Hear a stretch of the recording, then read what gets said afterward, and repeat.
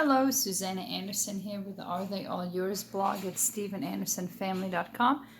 Wanted to show you a quick way of making your own enchilada sauce today.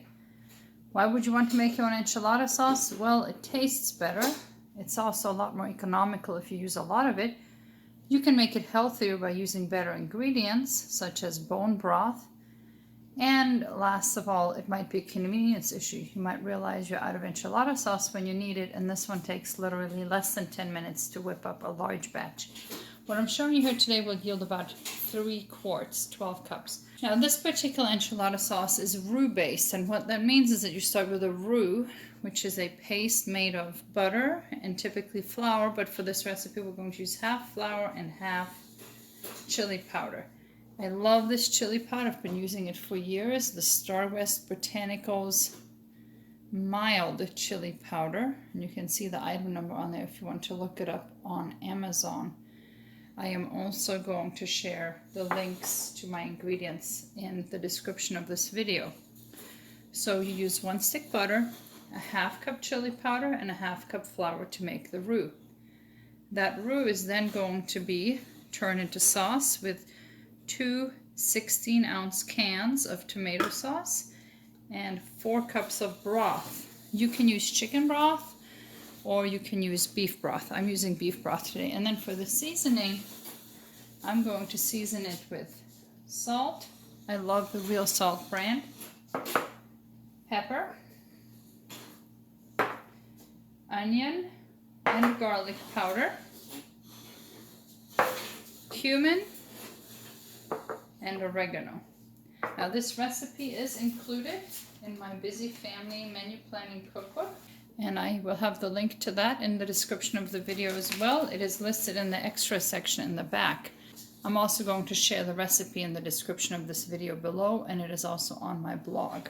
To make the roux, you want to melt the butter in a medium-sized pot over medium heat. Now that the butter is melted, I'm going to add a half cup of the chili powder and a half cup of flour.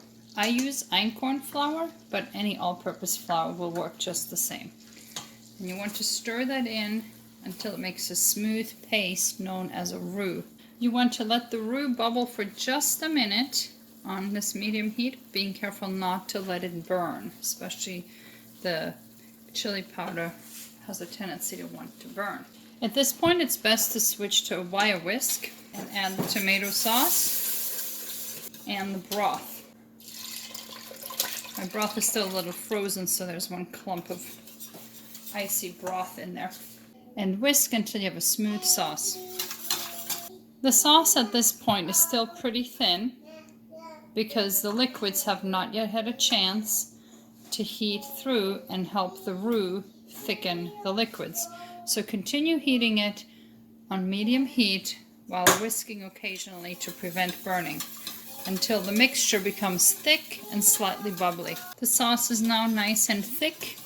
It's not quite as thick as ketchup, probably about the consistency of barbecue sauce. You can turn the heat off at this point and add the seasonings, which is 1 teaspoon or more of salt, and how much you use will depend on the kind of chili powder you use. If your chili powder is very salty, you want to start out with a lower amount of salt. 1 teaspoon of black pepper. Again, that has to do with how spicy your chili powder is. You might need to adjust to using more or less pepper. 2 teaspoons of onion powder. 1½ teaspoons or a half tablespoon of garlic powder. 1 tablespoon of cumin and 1 tablespoon of oregano. Simply whisk this all in until well incorporated, and your enchilada sauce is now finished.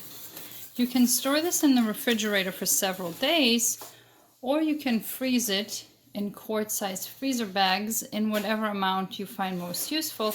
Just lay them flat in the freezer until they're frozen. That way they take up the least amount of space. We typically use a lot of enchilada sauce at a time, so if I do make extra and I freeze it, I typically use these deli plastic quart containers. They don't break in the freezer and store really well in the freezer doors. Thank you for watching.